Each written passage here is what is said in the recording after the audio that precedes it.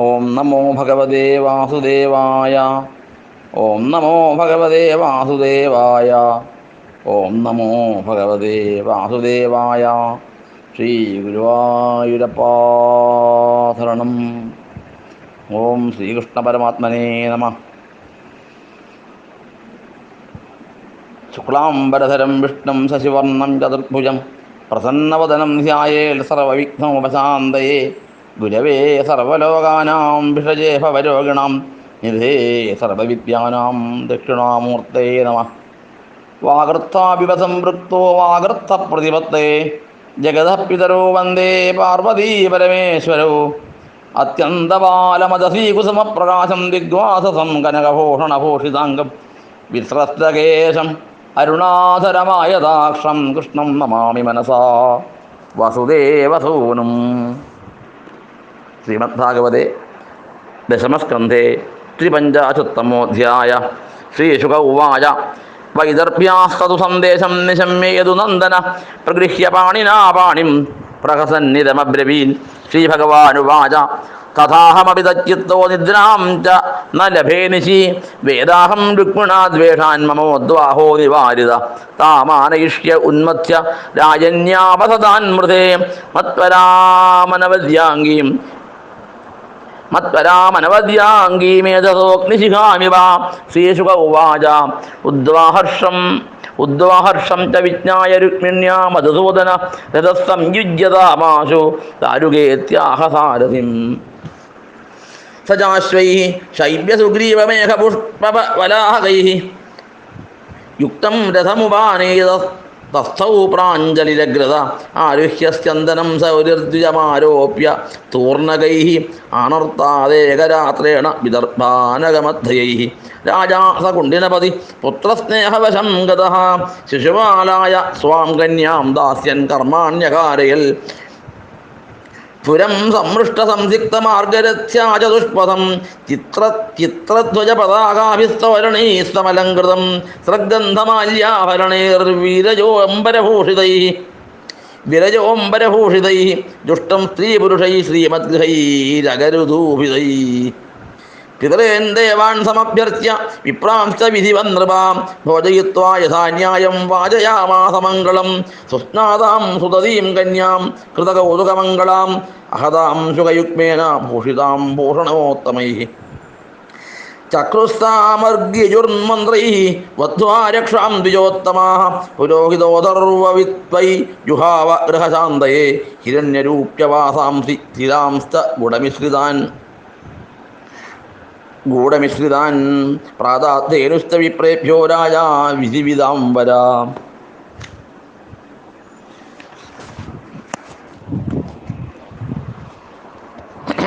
ഏവം ചേതിപതി രാജാദമഘോഷസ്തുതായ വൈ കാരയാമാസ മന്ത്രജ്ഞൈഃ സർവമഭ്യുദയോജിതം മദച്യുത്യർഗജാനീകൈഃ ചന്ദനൈർഹേമമാലിഭിः പ്രത്യശ്വസങ്കുലൈഃ സൈന്യൈഃ പരിതഃ കുണ്ഡിനം യയൗ ത്വം വൈ വിദർഭാധിപതി സമഭ്യേത്യാഭിഭൂജ്യ നിവേശയാമാസ മുദാ കൽപ്പിതാന്യനിവേശനെ. തത്ര സാജ്യോ ജരാസന്ധോ ദന്തവക്രോ വിദൂരഥ ആജഗ്മുഷ്ടൈദ്യപക്ഷീയാ പൗണ്ഡ്രകാദ്യാ സഹസ്രശാ കൃഷ്ണരാമാദ്വിഷോ യത്താ കന്യാം ചൈത്യായ സാധിതം യദ്യാഗത്യ ഹരേത് കൃഷ്ണോ രാമാദ്യേറിയതിഭിർവൃതഃ യോത്സ്യാമ സംഹതാസ്തേന ഇതി നിശ്ചിതമാനസാഃ ആജഗ്മുർഭൂഭുജഃ സർവേ സമഗ്രബലവാഹനാഃ ശ്രുത്വൈതത് ഭഗവാൻ രാമോ വിവക്ഷീയ നൃപോദ്യമം കൃഷ്ണം ചൈകം ഗതം ഹർത്തം കന്യാം കലകസംഗിതഃ ബലേന മഹതാ സാർദ്ധം ഭ്രാതൃസ്നേഹബലിപ്ലുതഃ ത്വരിതഃ കുണ്ഡിനം പ്രാഗാത് ഗജാശ്വരസപത്തിഭിः ഭീഷ്മകന്യാവരാരോഹാകാംക്ഷം ജാഗമനം ഹരേ പ്രത്യാപത്യമവസ്യന്തി ദ്വിജസ്യാചിന്തയത്തതാ അഹോ ത്രിയാമാന്തരിത ഉദ്വാഹോ മേ അൽപരാതത നാഗച്ഛത്യരവിന്ദാക്ഷോ നാഹം വേജ്ഞത്ര കാരണം സോപി നാവർത്തതേദ്യാഭി മത്സന്ദേശഹരോ ദ്വിജ. അവിമയ്യനവജ്ജാത്മാ ദൃഷ്ട്വാ കിഞ്ചിജ്ജുഗുപ്സിതം മത്പാണിഗ്രഹണേ നൂനം നായാതി ഹി കൃതോദ്യമഃ ദുർഭഗായ നമേധാതാ നാനുകോലോ മഹേശ്വര ദേവീ വാ വിമുഖാ ഗൗരി രുദ്രാണീ ഗിരിജാ സതീ എവം ചിന്തയതി ബാല ഗോവിന്ദഹൃതമാനസ നിമീലയതകാലജ്ഞാ നേത്രേ ചാശ്രുകലാകുലേ എവം വദ്വാ പ്രതീക്ഷന്ത്യാ ഗോവിന്ദാഗമനം നൃപാം വാമ ഊരുർഭുജോ നേത്രമസ്ഫുരൻ പ്രിയഭാഷിണഃ അഥ കൃഷ്ണവിനിർദിഷ്ടസ്തയേവ ദ്വിജസത്തമഃ അന്തഃപുരജലീം ദേവീം രാജപുത്രീം ദദർശഃ സാദം പ്രഹൃഷ്ടവദനമവ്യഗ്രാത്മകൃതിം സതീ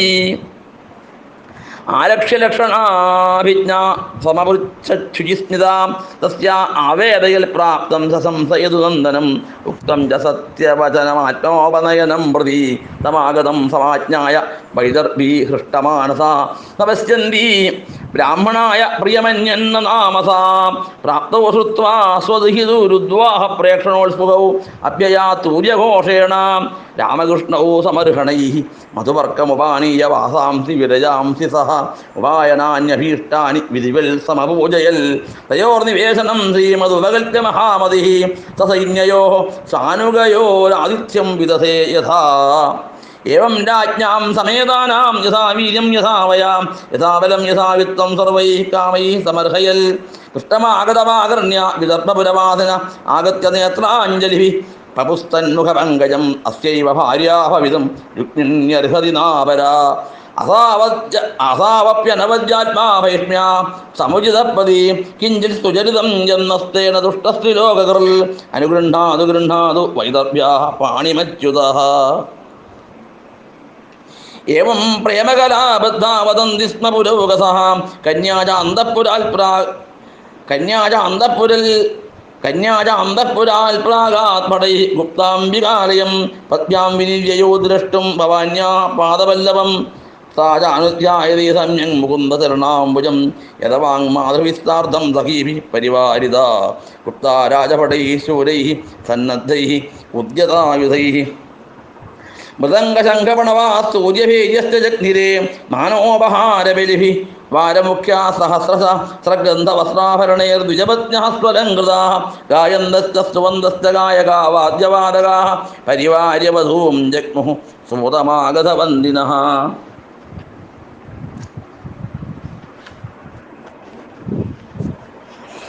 ആസാദ്യ ദേവീ സദനം ദൗതപാദകരാംബുജാം ഉപസ്പൃശ്യ ശുചിശാന്താ പ്രവിവേശാംബികാംബികം താം വൈ പ്രവയസോ ബാലാം വിധിജ്ഞാ വിപ്രയോഷിതഃ ഭവാനീം വന്ദയാഞ്ചക്രുർഭവപത്നീം ഭവാന്വിതാം നമസ്തേ ത്വാംബികേ ഭീക്ഷ്ണം സ്വസന്താനയുതാം ശിവാം ഭൂയാൽപതിർമേ ഭഗവാൻ കൃഷ്ണസ്തദനുമോദതാം. ശ്രീ പാർവതീദേവീ നമഃ. നമസ്തേ ത്വാംബികേ ഭീക്ഷ്ണം സ്വസന്താനയുതാം ശിവാം ഭൂയാൽപതിർമേ ഭഗവാൻ കൃഷ്ണസ്തദനുമോദതാം. അദ്യർഗന്ധാക്ഷതൈർധൂവൈഃ വാസസ്രഗ്മാല്യഭൂഷണൈഃ നാനോപഹാരബലിഭിഃ പ്രദീപാവലിഭിഃ പൃഥക് വിപ്രസ്ത്രിയഃ പതിപതീ സുതാതൈഃ സമപൂജയൽ ലവണാപൂവതാംബൂലകണ്ഠസൂത്രഫലേക്ഷുഭിः തസ്യൈ സ്ത്രിയസ്താഃ പ്രദദുഃ ശേഷാം യുജുജുരാശിഷാം താഭ്യോ ദേവ്यै നമസ്ചക്രേ ശേഷാം ച ജഗൃഹേ വധൂ. മുനിവ്രതമസത്യക്ത്വാ നിശ്ചക്രാമാംബികാഗൃഹാൽ പ്രഗൃഹ്യ പാണിനാ ഭൃത്യാം രത്നമുദ്രോപശോഭിനാ താം ദേവമായാമിവ വീരമോഹിനീം സുമധ്യമാം കുണ്ടലമണ്ഡിതാനനാം ശ്യാമാം നിതന്താർപ്പിതരത്നമേഖലാം വ്യഞ്ജസ്തനീം കുന്തലസംഗിതേക്ഷണാം ശുചിസ്മിതാം ബിംബഫലാധരദ്യുതിശോണായമാനദ്വിജകുന്ദകുട്മളാം തഥാചരന്തീം കലഹംസകാമിനീം സിഞ്ചൽകലാനൂപുരധാമശോഭിനാ വിലോക്യ വീരാമുമുഹു സമാഗതാ യശസ്വിനസ്തൽകൃതഹൃച്ഛയാർദിതാ. യാം വീക്ഷ്യതേ നൃപതയസ്തദുദാരഃ സൗവ്രീടാബലഹൃതചേതസ ഉജ്ജിതാസ്ത്രാഃ പേദുക്ഷിതൗ ഗജരഥാശ്വഗതാ വിമൂഢാ യാത്രാച്ഛലേന ഹരയേർപ്പയതീം സ്വശോഭാം സൈവം ശനൈശ്ചലയതി ചലപത്നകോശൗ പ്രാപ്തിം തഥാ ഭഗവത പ്രഥമീക്ഷമാണാ ഉത്സാര്യ വാമകരജൈരളകാനപാംഗൈഃ പ്രാപ്താൻ ഹ്രിയൈക്ഷതനൃപാൻ ദദൃശേച്യുതം സാ താം രാജകന്യാം രസമാരുരുക്ഷതീം ജഹാരകൃഷ്ണോ ദ്വിഷതാം സമീക്ഷതാം രസം സമാരോപ്യ സുവർണലക്ഷണം രാജന്യചക്രം പരിഭൂയ മാധവ സർവത്ര ഗോവിന്ദനാമ സങ്കീർത്തനം ഗോവിന്ദ ഗോവിന്ദ. താം രാജകന്യാം രസമാരുരുക്ഷതീം ജഹാരകൃഷ്ണോ ദ്വിഷതാം സമീക്ഷതാം രസം സമാരോപ്യ സുവർണലക്ഷണം രാജന്യചക്രം പരിഭൂയ മാധവ. തതോ യയൗ രാമപുരോഗമൈഷ്ടനൈ സൃശാരമധ്യാദിവ ഭാഗഹൃദ്ദരി തം മാനിന സ്വാഭിഭവം യശക്ഷയം പരേ ജരാസന്ധവശാ ന സേഹിതേ അഹോധികത്മാൻ യശ ആത്മസന്വനാം ഗോപൈർഹൃതം കേസരിണാം മൃഗൈരിവ. ഹരി ഓം തത്സൽ. ശ്രീമദ് ഭാഗവതേ മഹാപുരാണേ പാരമഹംസ്യാം സംഹിതായാം ദശമസ്കന്ധേ ഉത്തരാർദ്ധേ രുക്മിണീഹരണം നാമ ത്രിപഞ്ചാശത്തമോധ്യായ. സർവത്ര ഗോവിന്ദനാമ സങ്കീർത്തനം ഗോവിന്ദ ഗോവിന്ദ. ഓം നമോ ഭഗവതേ വാസുദേവായ. പീതാംബരം കരവിരാജിത ചക്രശംഖ കൗമോദഗീ സരസിജം കരുണാസമുദ്രം രാധാസഹായമതിസുന്ദരമന്ദഹാസം വാതാലയേശമനിശം ഹൃദി ഭാവയാമി. ശ്രീ ഗുരുവായൂരപ്പാ ശരണം. ദശമസ്കന്ധം 53-ാമത്തെ അധ്യായമാണ് പറയുന്നത്. രുക്മിണിയുടെ സന്ദേശം കേട്ട കൃഷ്ണൻ തന്റെ പ്രിയയായ രുക്മിണിയെ സ്വീകരിക്കാനായിട്ട് വിദർഭ രാജ്യത്തില് എത്തുന്നതും ശത്രു രാജാക്കന്മാര് നോക്കി നിൽക്കെ തന്നെ രുക്മിണിയെ അപഹരിച്ചു കൊണ്ടുപോരുന്നതും ഒക്കെയാണ് ഈ അധ്യായത്തില് പറയുന്നത്. ശിശുക ബ്രഹ്മർഷി പറയുകയാണ്: വൈദർഭ്യാസതു സന്ദേശം നിശമ്യയതു നന്ദന പ്രഗൃഹ്യ പാണിനാ പാണിം പ്രഹസന്നിതമബ്രവീത്. രുക്മിണിയുടെ ആ സന്ദേശമൊക്കെ വായിച്ചു കേട്ട് അത്യധികം സന്തോഷിച്ച കൃഷ്ണൻ ആ ബ്രാഹ്മണന്റെ കൈയും പിടിച്ച് ചിരിച്ചുകൊണ്ട് പറഞ്ഞു: എൻ്റെ കാര്യവും അങ്ങനെയൊക്കെ തന്നെയാണ്. അവളെ പറ്റി ഓർത്ത് എനിക്ക് ഉറക്കം പോലും ഇല്ലാതായിരിക്കുന്നു. രുക്മിണിക്ക് എന്നോടുള്ള വിദ്വേഷം കൊണ്ട് ഈ വിവാഹത്തിന് എതിരാണെന്നും എനിക്കറിയാം. എങ്കിലും ദുഷ്ടന്മാരായ രാജാക്കന്മാരെ ഒക്കെ തോൽപ്പിച്ച് ദേവിയെ ഞാൻ കൊണ്ടുവരും. രുക്മിണിയുടെ വിവാഹം നാളെയാണെന്ന് പറഞ്ഞല്ലോ. അപ്പോൾ എത്രയും പെട്ടെന്ന് അവിടെ എത്തിച്ചേരണം. അതുകൊണ്ട് എത്രയും വേഗം തേര് കൊണ്ടുവരുവാനായിട്ട് ഭഗവാൻ ദാരുകനോട് കൽപ്പിച്ചു. ഉടൻ തന്നെ തേരെത്തി. ശൈബ്യം, സുഗ്രീവം, മേഹപുഷ്പം, വലാഹകം എന്നീ 4 കുതിരകളെ പൂട്ടിയ തേരിൽ ആ ബ്രാഹ്മണനെയും കൂട്ടി ഭഗവാൻ അതിവേഗത്തിൽ വിദർഭയിലേക്ക് തിരിച്ചു. ഒരൊറ്റ രാത്രി കൊണ്ട് തന്നെ ആനർത്തദേശത്തിൽ നിന്നും വിദർഭയിൽ എത്തിച്ചേർന്നു. രുക്മിണിയുടെ അച്ഛനായിട്ടുള്ള ഭീഷ്മക രാജാവിനും തൻ്റെ മകളുടെ ഇഷ്ടം പോലെ രുക്മിണിയെ കൃഷ്ണന് വിവാഹം ചെയ്ത് കൊടുക്കാനായിരുന്നു താല്പര്യം. പക്ഷേ പുത്രനായ രുക്മിക്ക് അതിൽ താല്പര്യമില്ല. പകരം ശിശുപാലന് കൊടുക്കാനായിരുന്നു രുക്മിക്ക് ഇഷ്ടം. മകൻ്റെ ഇഷ്ടത്തിന് എതിര് നിൽക്കാൻ കഴിയാതെ രാജാവ് മകളെ ശിശുപാലന് തന്നെ കൊടുക്കാനായിട്ട് നിശ്ചയിച്ചു. വിവാഹത്തിന് വേണ്ട ഒരുക്കങ്ങളൊക്കെ കൂട്ടി കൊട്ടാരവും നഗരവും ഒക്കെ വിധാനിച്ചു. ക്ഷേത്രങ്ങളിൽ ഉത്സവവും പൂജയും ഒക്കെ നടത്തി. നഗരത്തിൻ്റെ എല്ലാ വഴികളും അടിച്ചു വൃത്തിയാക്കി ചന്ദനമൊക്കെ തളിച്ചു. ബഹുവർണ്ണങ്ങളിലുള്ള കൊടിതോരണങ്ങൾ കൊണ്ട് അലങ്കരിച്ചു. നഗരവാസികളും കുറിക്കൂട്ടുകളും ആഭരണങ്ങളും പുതുവസ്ത്രങ്ങളും ഒക്കെ അണിഞ്ഞ് വിവാഹത്തിൽ പങ്കെടുക്കാനായിട്ട് തയ്യാറായി. രാജാവ് പിതൃക്കന്മാരെയും ദേവന്മാരെയും എല്ലാം പൂജിച്ചു. ബ്രാഹ്മണ പൂജയും ഊട്ടുമൊക്കെ നടത്തി. അവരിൽ നിന്നും വേണ്ട ആശീർവാദമൊക്കെ സ്വീകരിച്ചു. ഇനി വിവാഹത്തിനായിട്ട് കന്യകയെ ഒരുക്കാനായിട്ട് ഉള്ള ആരംഭമാണ്. സമുദ്രങ്ങളിൽ നിന്നും പുണ്യ നദികളിൽ നിന്നും ഒക്കെ ശേഖരിച്ച ജലത്തിൽ നാൽപ്പാമരം, ചന്ദനം, രാമച്ചം തുടങ്ങിയ വിശേഷ സുഗന്ധ വ്യഞ്ജനങ്ങളൊക്കെ ചേർത്ത് ആ വിശേഷ ജലത്തിലാണ് കന്യകയെ കുളിപ്പിച്ചത്. അതിനുശേഷം ആഭരണങ്ങളൊക്കെ അണിയിച്ച് പട്ടുകൊണ്ടുള്ള ഇണപ്പുടവ ഉടുപ്പിച്ചു. വിവാഹത്തിന് വേണ്ട പ്രത്യേക കാപ്പ് കെട്ടിച്ചു. ബ്രാഹ്മണര് മന്ത്രങ്ങളൊക്കെ ചൊല്ലി അങ്ങനെ വിവാഹത്തിന് വേണ്ടതായ ആചാരങ്ങളൊക്കെ വേണ്ട വിധത്തില് നടത്തി. ബ്രാഹ്മണര് വേദമന്ത്രങ്ങളൊക്കെ ഉറക്ക ചൊല്ലി കുട്ടിക്ക് വേണ്ട ഈശ്വര അനുഗ്രഹം ഉണ്ടാകണേ എന്ന് പ്രാർത്ഥിച്ചു. ഭീഷ്മക രാജാവ് അവർക്ക് സ്വർണം, വെള്ളി, വസ്ത്രങ്ങള്, പശുക്കള് ഒക്കെ ദക്ഷിണയായിട്ട് നൽകി. അവിടെ രുക്മിണിയെ വിവാഹം കഴിക്കാൻ ഒരുങ്ങി അങ്ങ് ശിശുപാലന്റെ ചൈത്യരാജ്യത്തിനും ഒരുക്കങ്ങളൊക്കെ നടക്കുന്നുണ്ട്.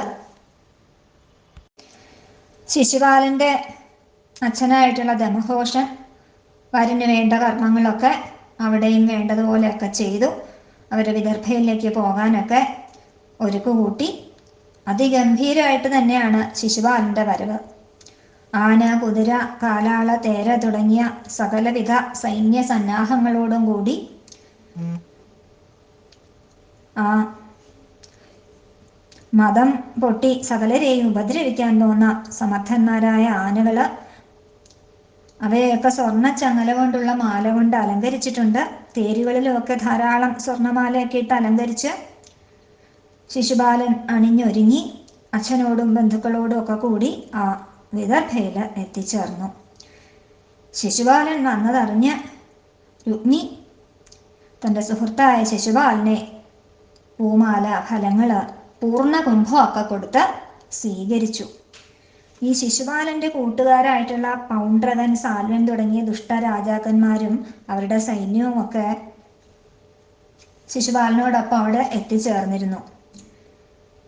ശിശുപാലന്റെ ഈ കൂട്ടുകാരുടെ ഈ സൈന്യസമേതമുള്ള വരവ് എന്തിനായിട്ടാണ്? ബലരാമനും കൃഷ്ണനും സൈന്യസമേതം അവിടെ എത്തിയിട്ടുണ്ടെന്ന് അവര് അറിഞ്ഞിട്ടുണ്ട്. കൃഷ്ണൻ രുക്മിണിയെ തട്ടിക്കൊണ്ടുപോകാനുള്ള സാധ്യതയുണ്ട് എന്നൊരു വാർത്ത അവരെങ്ങനെയോ അറിഞ്ഞിരുന്നു.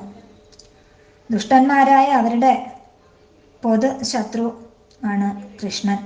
കൃഷ്ണനെ എങ്ങനെയെങ്കിലും അപമാനിക്കണമെന്ന വിചാരം മാത്രമേ അവർക്ക് ഉള്ളൂ. കൃഷ്ണൻ വിവാഹ സമയത്ത് രുക്മിണിയെ അപഹരിക്കും. അങ്ങനെ ആയാൽ നമുക്ക് ഒരുമിച്ച് കൃഷ്ണനോട് യുദ്ധം ചെയ്ത് അവനെ തോൽപ്പിക്കണം. രുക്മിണിയെ എങ്ങനെയായാലും ശിശുപാലനെ കൊണ്ട് തന്നെ വിവാഹം കഴിപ്പിക്കണം.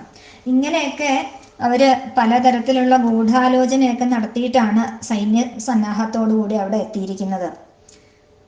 ദുഷ്ടന്മാരായ അവർക്ക് ഇങ്ങനെയൊക്കെ വിചാരം ഉണ്ടായതില് അത്ഭുതമൊന്നുമില്ല. ദുഷ്ടന്മാരെ ഇല്ലാതാക്കി ധർമ്മം സംരക്ഷിക്കുന്നവനാണല്ലോ ഭഗവാന്റെ ഈ കൃഷ്ണാവതാരം തന്നെ. കൃഷ്ണൻ രുക്മിണിയെ അപഹരിക്കാൻ വിദർഭയിലേക്ക് പോയിട്ടുണ്ടെന്ന് ബലരാമൻ അറിഞ്ഞു. കൃഷ്ണൻ ഒറ്റയ്ക്കാണ് പോയിട്ടുള്ളത്. ദുഷ്ടരാജാക്കന്മാര് സൈന്യവുമായി അവിടെ എത്തിയിട്ടുണ്ട്. അവിടെ ഒരു യുദ്ധമൊക്കെ നടക്കാനുള്ള സാധ്യതയുണ്ടെന്ന് ബലരാമന് മനസ്സിലായി. ബലരാമൻ തൻ്റെ അനുജനോടുള്ള വാത്സല്യത്താല് യാദവ സൈന്യത്തോടുകൂടി വിദർഭയിലേക്ക് പുറപ്പെട്ടു. അതേസമയം രുക്മിണി ഭഗവാനെ കാണാത്ത ആ ദുഃഖത്തില് പലതും ചിന്തിക്കുകയാണ്. ഭഗവാന്റെ വരവും കാത്തിരിക്കുകയാണ് രുക്മിണി. ഇതുവരെ ഭഗവാൻ വന്നെത്തിയിട്ടില്ല.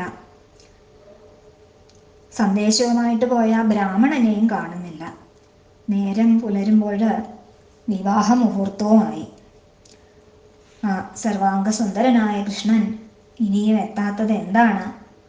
തനിക്ക് ഭഗവാനോടുള്ള അനുരാഗത്തെപ്പറ്റി താൻ അറിയിച്ചതാണല്ലോ. കൃഷ്ണനോട് ചേരുവാനുള്ള ഭാഗ്യം ഈ ഉള്ളവൾക്കില്ലേ? അതിനുള്ള പുണ്യം എനിക്കില്ലേ? അത്രയ്ക്കും നിർഭാഗ്യവതിയാണോ ഞാന്? എന്താണ് ഭഗവാൻ വരാത്തതിൻ്റെ കാരണം? സർവഗുണങ്ങളും തികഞ്ഞ അദ്ദേഹം ഇനി എനിക്ക് എന്തെങ്കിലും ദോഷമുള്ളത് കൊണ്ട് ആണോ ഈ പാണിഗ്രഹണത്തിന് വരാതിരിക്കുന്നത്? നിർഭാഗ്യവതിയായ എന്നില് ബ്രഹ്മാദി ദേവന്മാരുകൂടി പ്രസാദിക്കുന്നില്ലല്ലോ. സാക്ഷാൽ ശ്രീപാർവതീ ദേവി എന്നെ എന്താണ് കടാക്ഷിക്കാത്തത്? അതുകൊണ്ട് തന്നെയാണ് എൻ്റെ ആഗ്രഹം സാധിക്കാത്തത്. ഇങ്ങനെ ശ്രീകൃഷ്ണനിൽ തന്നെ മനസ്സുറപ്പിച്ച് രുക്മിണി ഓരോരോ തരത്തില് ചിന്തിച്ചു. ഇല്ല, ഭഗവാൻ എന്തായാലും വരും, ഇനിയും സമയമുണ്ടല്ലോ എന്നൊക്കെ കരുതി രുക്മിണി സ്വയം ആശ്വസിച്ചു. ആ നിറ കണ്ണുകള് മെല്ലെ ഒന്ന് അടച്ചു. സ്വന്തം ഭക്തന്മാരുടെ ദുഃഖത്തെ ഇല്ലാതാക്കുന്ന ആ ഗോവിന്ദൻ രുക്മിണിയുടെ ദുഃഖം ഇല്ലാതാക്കി രുക്മിണിയെ ആശ്വസിപ്പിക്കാനായി. അവളുടെ ആഗ്രഹം ഉടൻ തന്നെ സഫലമാകുമെന്ന് രുക്മിണിയെ അറിയിക്കാനായിട്ട് ഒരു ശുഭലക്ഷണത്തെ അവൾക്ക് കൊടുത്തു. രുക്മിണിയുടെ ഇടത്തെ തുട, കണ്ണ്, കയ്യ് ഒക്കെ ഒന്ന് തുടിച്ചു. സ്ത്രീകൾക്ക് ഇടത് ഭാഗം തുടിക്കുന്നത് ശുഭലക്ഷണമാണെന്നറിയാവുന്ന രുക്മിണി അതുകൊണ്ട് വളരെയധികം സന്തോഷിച്ചു. അതേ സമയത്ത് തന്നെ സന്ദേശവും കൊണ്ടുപോയ ആ ബ്രാഹ്മണൻ വളരെ സന്തോഷത്തോടു കൂടി അവിടേക്ക് വന്നു. അത് കണ്ടപ്പോൾ തന്നെ രുക്മിണിക്ക്, ആ ബ്രാഹ്മണന്റെ സന്തോഷം കണ്ടപ്പോൾ തന്നെ തൻ്റെ കാര്യം സാധിക്കുമെന്ന് ഉറപ്പായി. എങ്കിലും കൃഷ്ണനെക്കുറിച്ച് രുക്മിണി ബ്രാഹ്മണനോട് ചോദിച്ചു. അദ്ദേഹം അതിസന്തോഷത്തോടു കൂടി പറഞ്ഞു, കൃഷ്ണൻ വന്നിരിക്കുന്നു, നിന്നെ ഭാര്യയായി സ്വീകരിച്ചുകൊണ്ട് പോകുമെന്ന് സത്യം ചെയ്തിരിക്കുന്നു. അതറിഞ്ഞ രുക്മിണി സന്തോഷത്തോടു കൂടി ഈ ബ്രാഹ്മണന് താൻ എന്ത് സമ്മാനമാണ് പകരമായിട്ട് കൊടുക്കുക, എന്തു കൊടുത്താലും മതിയാവില്ല. രുക്മിണി ഉടൻ തന്നെ ആ ബ്രാഹ്മണനെ നമസ്കരിച്ചു. അദ്ദേഹത്തിന് ധാരാളം സമ്മാനങ്ങളും ഒക്കെ കൊടുത്തു. അവിടെ ഭീഷ്മക മഹാരാജാവാകട്ടെ തൻ്റെ മകളുടെ വിവാഹ ആഘോഷത്തിൽ പങ്കെടുക്കാനായിട്ട് കൃഷ്ണനും ബലരാമനും എത്തിയിട്ടുണ്ടെന്ന് അറിഞ്ഞപ്പോൾ അവരെ മധുവർക്കം, വിശേഷ വസ്ത്രങ്ങൾ, കാഴ്ചദ്രവ്യങ്ങളൊക്കെ സമർപ്പിച്ച് എതിരേറ്റു. അവരെ വിശിഷ്ടമായ ഒരു ഭവനത്തിൽ താമസിപ്പിച്ചു. അവിടെ എത്തിച്ചേർന്ന മറ്റ് വിശിഷ്ട അതിഥികളെ ഒക്കെ തന്നെ രാജാവ് വേണ്ട വിധത്തിൽ സൽക്കരിച്ച് സ്വീകരിച്ചു. കൃഷ്ണമാഗതമാകർണ്യ വിദർഭപുരവാസിന ആഗത്യ നേത്രാഞ്ജലിഭി പപുസ്തന്മുഖപങ്കജം. കൃഷ്ണൻ വന്നിരിക്കുന്നു എന്നറിഞ്ഞ ആ വിദർഭയിലെ ജനങ്ങള് ആ കൃഷ്ണനെ ഒരു നോക്ക് കാണുവാനായിട്ട് കൂട്ടം കൂട്ടമായിട്ട് അവിടെ എത്തിച്ചേർന്നു. ഭഗവാന്റെ ആ മനോഹരമായിട്ടുള്ള രൂപം അവര് കൺകുളിർക്കെ ആസ്വദിച്ചു.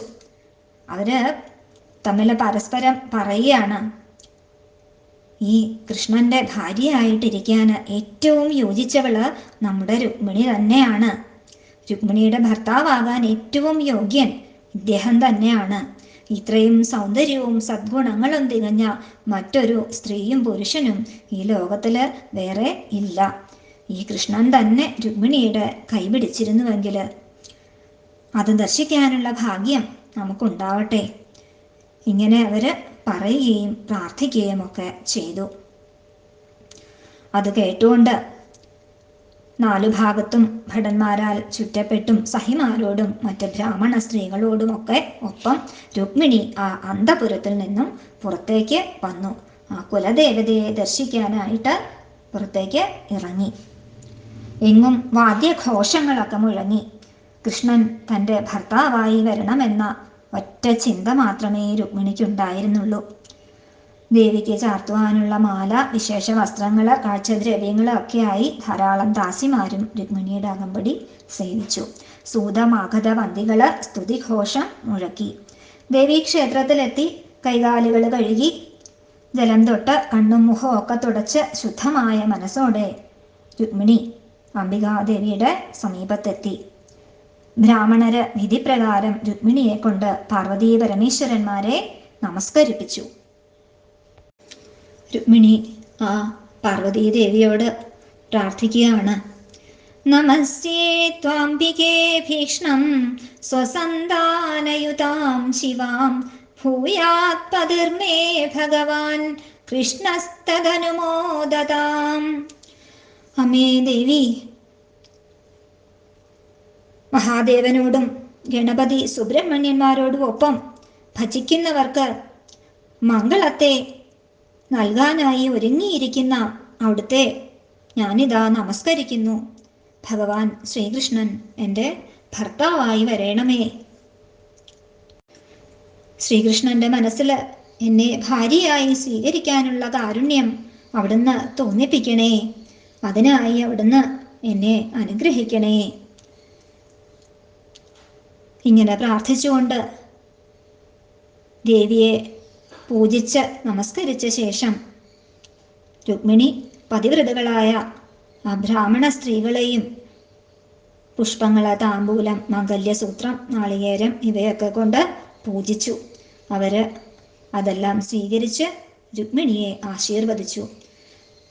രുക്മിണി ദേവിയെയും അവരെയും നമസ്കരിച്ച് മൗനവ്രതമൊക്കെ അവസാനിപ്പിച്ച് വിശേഷ രത്നം ധരിച്ച തിളക്കമാർന്ന തൻ്റെ കൈകൊണ്ട് ആ സഖിമാരുടെ കയ്യും പിടിച്ച് ക്ഷേത്രത്തിൽ നിന്നും മെല്ലെ പുറത്തേക്ക് ഇറങ്ങി. പരദേവതയെ വന്നിച്ച് തിരിച്ചു പോകുന്ന ആ രുക്മിണിയുടെ സൗന്ദര്യം കണ്ട് അവിടെ നിന്നവരെല്ലാവരും മോഹിച്ചുപോയി. മന്മഥവൈരിയായ മഹാദേവനെ കൂടി മോഹിപ്പിച്ച സാക്ഷാൽ മഹാവിഷ്ണുവിൻ്റെ മോഹിനി രൂപമാണോ ഈ വരുന്നത് എന്ന് അവർക്ക് തോന്നിപ്പോയി. അത്രയ്ക്കും മോഹിപ്പിക്കുന്നതായിരുന്നു രുക്മിണിയുടെ ആ സ്വരൂപം. കവിൾത്തടങ്ങളുടെ ശോഭയെ കൂട്ടുന്ന പ്രകാശമാനമായ 2 കുണ്ടലങ്ങളാൽ മുഖം ശോഭിക്കുന്നു. രത്നമേഖലകളാൽ അലങ്കരിച്ചിരിക്കുന്ന നിതംബവും സുന്ദരമായ മധ്യപ്രദേശവും മന്ദഹാസമാകുന്ന ചന്ദ്രിക മുഖമാകുന്ന ചന്ദ്രനില് ശോഭിക്കുന്നു. തൊണ്ടിപ്പഴം പോലെ ചുവന്ന ചുണ്ടുകളുടെ ശോഭ മുല്ലമൊട്ടുപോലെയുള്ള പല്ലുകളിൽ തട്ടി പ്രതിഫലിക്കയാല് ആ പല്ലുകള് അരുണാഭയാർന്നിരുന്നു. തിളങ്ങുന്ന കാൽച്ചിലമ്പുകൾ കൊണ്ട് ശബ്ദമുണ്ടാക്കിക്കൊണ്ടാണ് മെല്ലെ മെല്ലെ രുക്മിണി നടന്നു വരുന്നത്. ഇങ്ങനെ നടക്കുന്നു എന്ന വ്യാജേന കൃഷ്ണനെ അന്വേഷിക്കുന്നവളായ ആ രുക്മിണിയുടെ മന്ദഹാസത്തിലും കടാക്ഷത്തിലും മോഹിച്ച് അവിടെ ഉണ്ടായിരുന്ന രാജാക്കന്മാരെല്ലാവരും തന്നെ ആനപ്പുറത്തു നിന്നും തേരിൽ നിന്നുമൊക്കെ ബോധം കെട്ട് താഴെ വീണു. താമരമൊട്ടിന് തുല്യം മാർദ്ദവവും ശോഭയുമുള്ള ആ പാദങ്ങള് മെല്ലെ മെല്ലെ ചലിപ്പിച്ചുകൊണ്ട് ആ സഭയിലൂടെ നടക്കുന്ന രുക്മിണി തൻ്റെ കണ്ണുകൾക്ക് മീതെ വീണു കിടക്കുന്ന കുറുനിരകളെ ഇടത്തെ കൈനഖം കൊണ്ട് ഒന്ന് നീക്കിയിട്ട് അവിടെ വന്നിരിക്കുന്ന രാജാക്കന്മാരെയൊക്കെ നാണത്തോടുകൂടി തൻ്റെ കടക്കണ്ണുകൾ കൊണ്ടൊന്ന് നോക്കി. മറ്റ് രാജാക്കന്മാരെ ഒന്നും ആയിരുന്നില്ല, കൃഷ്ണൻ വന്നിട്ടുണ്ടോ എന്നറിയാനാണ് രുക്മിണി ഇങ്ങനെ നോക്കിയത്. അങ്ങനെ നോക്കിയതും അവള് കൃഷ്ണനെ കണ്ടു. താം രാജകന്യാം രഥമാരുരുക്ഷതിം ജഹാര കൃഷ്ണോ ദ്വിഷതാം സമീക്ഷതാം രഥം സമാരോപ്യ സുപർണലക്ഷണം രാജന്യചക്രം പരിഭൂയ മാധവ. കണ്ട മാത്രയിൽ തന്നെ രഥത്തില് കയറാൻ ആഗ്രഹിക്കുന്ന ആ രുക്മിണിയെ ലക്ഷ്മി വല്ലഭനായ ശ്രീകൃഷ്ണ ഭഗവാൻ ഗരുഡചിഹ്നം കൊണ്ട് അലങ്കരിച്ച തൻ്റെ രഥത്തില് കയറ്റി ശത്രുരാജാക്കന്മാര് നോക്കി നിൽക്കെ തന്നെ അപഹരിച്ചുകൊണ്ട് പോയി. കുറുക്കന്മാരുടെ മധ്യത്തിൽ നിന്ന് തൻ്റെ ഭാഗത്തെ സിംഹം അപഹരിച്ചു കൊണ്ടുപോകുന്നത് പോലെ ഭഗവാൻ ശ്രീകൃഷ്ണൻ തൻ്റെ പ്രിയയായ മഹാലക്ഷ്മിയുടെ അവതാരമായിരിക്കുന്ന രുക്മിണിയെ അധമന്മാരായ ആ രാജാക്കന്മാരുടെ സംഘമധ്യത്തിൽ നിന്നും അപഹരിച്ചുകൊണ്ട് ബലരാമൻ തുടങ്ങിയ ബന്ധുജനങ്ങളോടും കൂടിയിട്ട് അല്പം പോലും ഭയമില്ലാതെ മെല്ലെ മെല്ലെ അവിടുന്ന് യാത്രയായി. ജരാസന്ധന്റെ പക്ഷക്കാരും അഭിമാനികളുമായിട്ടുള്ള മറ്റ് രാജാക്കന്മാര് അഹങ്കാരികളായ അവര് തങ്ങളുടെ യശസ്സിനെ അപമാനിച്ചുകൊണ്ടാണല്ലോ ഈ കൃഷ്ണൻ രുക്മിണിയെ അപഹരിച്ചു കൊണ്ടുപോയത്. കഷ്ടം കഷ്ടം. നമ്മൾ വളരെ നിന്ദ്യന്മാർ തന്നെ. സിംഹങ്ങളുടെ അവകാശത്തെ മാനുകൾ അപഹരിക്കുന്നത് പോലെയല്ലേ ആയുധധാരികളായ നമ്മളുടെ അവകാശമായിരുന്ന ആ കന്യകയെ കേവലം ഗോപന്മാരായിട്ടുള്ള അവര് അപഹരിച്ചു കൊണ്ടുപോയത്. ഇതിൽ പരം ഇനി എന്ത് അപമാനമാണ് ഉണ്ടാകാനുള്ളത്? ഇങ്ങനെ അവര് ഉറവിളി കൂട്ടിക്കൊണ്ടിരുന്നു. ഇത്രയും പറഞ്ഞുകൊണ്ടാണ് ഈ അധ്യായം ഇവിടെ സമർപ്പിക്കുന്നത്. എൻ്റെ എല്ലാ വാക്കുകളും ഭഗവാന്റെ പാതാരവിന്ദങ്ങളിൽ സമർപ്പിക്കുന്നു. സർവം ശ്രീകൃഷ്ണാർപ്പണമസ്തു. സർവത്ര ഗോവിന്ദനാമ സങ്കീർത്തനം. ഗോവിന്ദ ഗോവിന്ദ.